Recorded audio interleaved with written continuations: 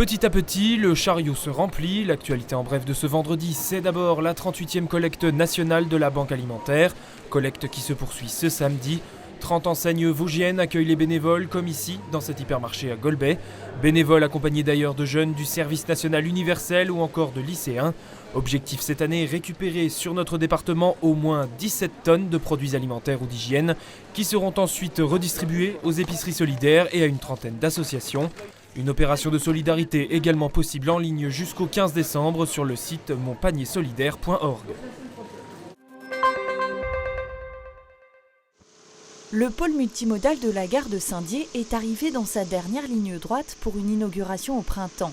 Le projet, initié par la commune en 2014 par son maire de l'époque David Valence, est désormais placé sous la tutelle de la communauté d'agglomération. Son président Claude Georges faisait ce vendredi matin le point sur le chantier d'un coût de 3,6 millions d'euros subventionné à 75%. Le parking, point central de cet équipement, est terminé avec ses 160 places gratuites, 12 déposes minutes, 8 bornes électriques, 12 places de bus et 3 pour les taxis, ainsi qu'un parc vélo qui sera doté d'un kit d'entretien. Un parking qui sera arboré et qui porte des noms de Vent et de Capitale pour s'y repérer, clin d'œil au Festival de géographie. À noter sur l'agglomération la réalisation d'un deuxième pôle multimodal à Raon-l'Étape, voire d'un troisième à l'étude sur Saint-Léonard.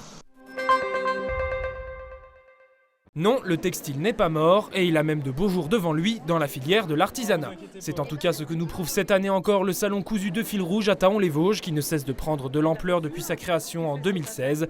Un rendez-vous dédié aux arts textiles et à la mode qui, pour sa 6e édition, rassemble 65 exposants, toutes professions représentées, venus principalement du Grand Est mais également de toute la France et des pays limitrophes.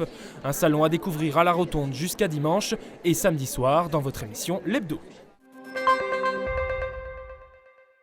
On va aller du XVe siècle jusqu'au XIXe siècle avec ces 26 livres. 400 ans d'histoire répertoriés dans une trentaine de livres, c'est le concept de l'exposition des portraits des figures proposée en ce moment aux archives municipales de Remiremont.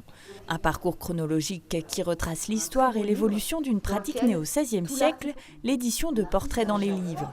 Au centre de la salle, 2 ouvrages font ainsi référence à Gutenberg, l'inventeur de l'imprimerie. C'est d'ailleurs le point de départ de la visite.